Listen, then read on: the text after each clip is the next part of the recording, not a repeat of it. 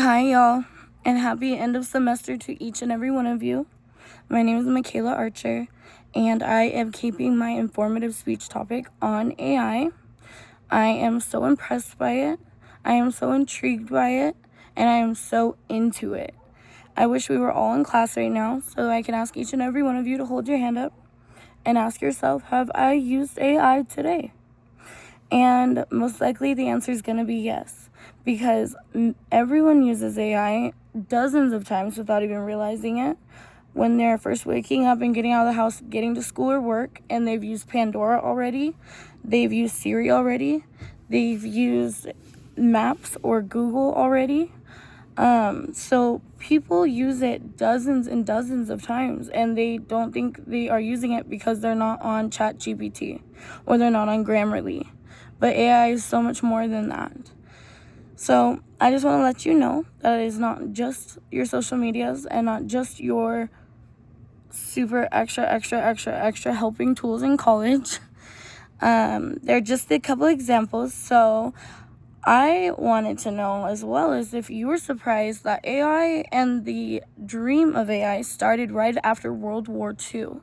So it started basically around 1950. And it was an idea by a mathematician, a British mathematician, with the last name of Turing, which also came up with the Turing test. And his brilliant idea and his brilliant question: will computers and humans ever think alike? The Turing test is a test to see if a human will give you an answer and a computer will give you the same answer, or if someone can decipher the difference between the human and the computer based on their answer. So after that, about 6 or 7 years later, a group of research students met at Dartmouth College, and they were trying to come up with more and more AI. And that's where the coined artificial intelligence came from, was from that research group.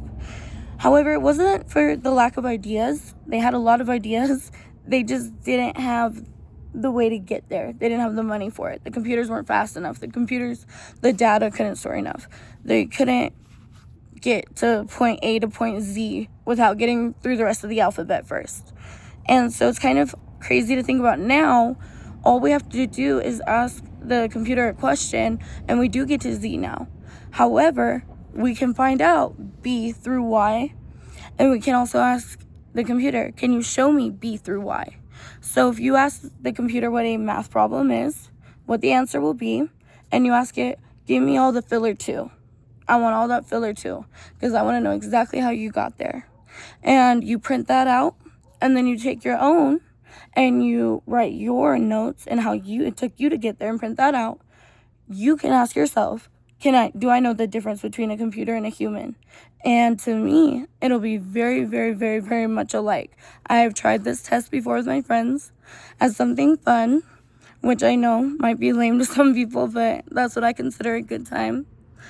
And so after that, unfortunately, in the 70s and the 80s, we kind of hit an AI winter where we had to go into hibernation a little bit because of our limitations back then and how bad AI research did slow down. And I think it's amazing because as computers became smaller and more compact, and they became faster, and the internet gave researchers access to massive amounts of information, new algorithms were developed. AI made an incredible comeback. By the early 2000s, artificial intelligence was no longer just an idea discussed between research groups, or it wasn't just an idea in a research lab, but it was becoming a part of our everyday life and becoming a part of everyone's world. I can ask Siri or Alexa about the weather, put together a grocery list for me, based on other things I've ordered recently. I don't even need to go by one. Is my favorite team taking another L today? What are the odds? And so imagine waking up tomorrow and AI is gone. Could you imagine? Could you? Because when I had this idea, I thought, well, I'm 31. I've lived without it before. I can live without it now. However, I didn't realize waking up tomorrow and needing my phone to unlock by my Face ID right away in case of an emergency because I procrastinated again, my time management's off. These little things do add up. My bank would freeze at every purchase because I go out of town a lot. I work out of town. I go to school 2.5 to 4 hours, depending on the traffic, away from my school and work. And my house is somewhere in between. And so hospitals would take longer to diagnose our patients because AI-assisted imaging would be gone. Flights would be delayed, traffic would get worse, businesses would struggle to operate. All of this could happen if we lost our AI and our AI ability. Unfortunately, our healthcare AI-assisted cancer detection would disappear. Hospitals would lose our systems that help analyze X-rays, MRIs, and our CT scans. Drug discovery would slow down dramatically because AI helps researchers analyze huge amounts of medical data. Patient monitoring systems that detect emergencies would be less effective.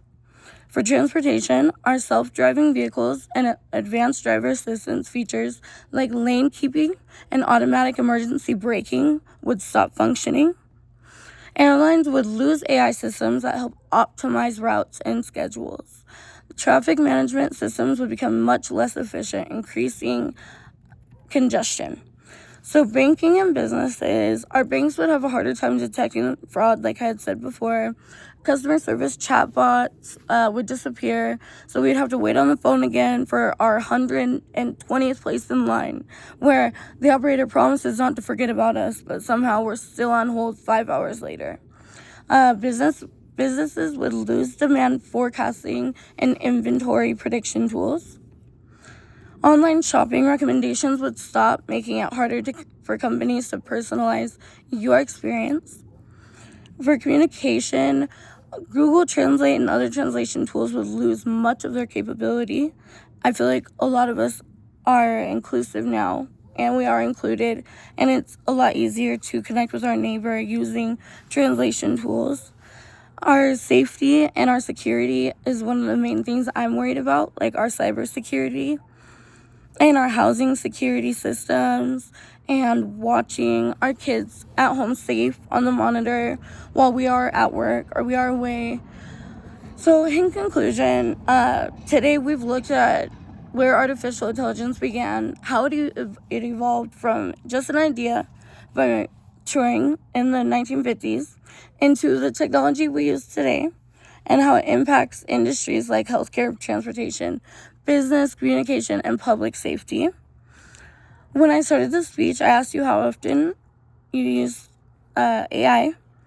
So I just want to let you know it's not just for ChatGPT, and it's not just robots that come from the science fiction movies. It's the technology helping doctors detect diseases earlier.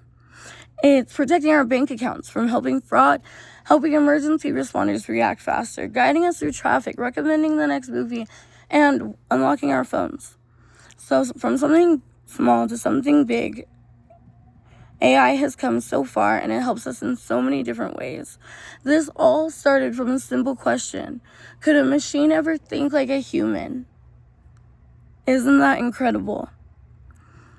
So for my conclusion, I did want to wrap it up, and I wanted to let you know that although we didn't know back then where AI would be, and we definitely don't know where we'll be 20 years from now, it wasn't a question of, is AI, what is it going to do for our life? And what can AI do for me? It's, what can I do for AI?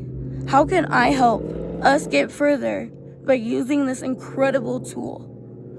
So it's going to be, how will AI shape our lives? Or how will we choose to shape AI? So I just wanted to say thank you, and thank you for watching my videos this semester. I had the best time in this class. I've learned from all of you, and I hope you all complete everything you dream about. Until next time.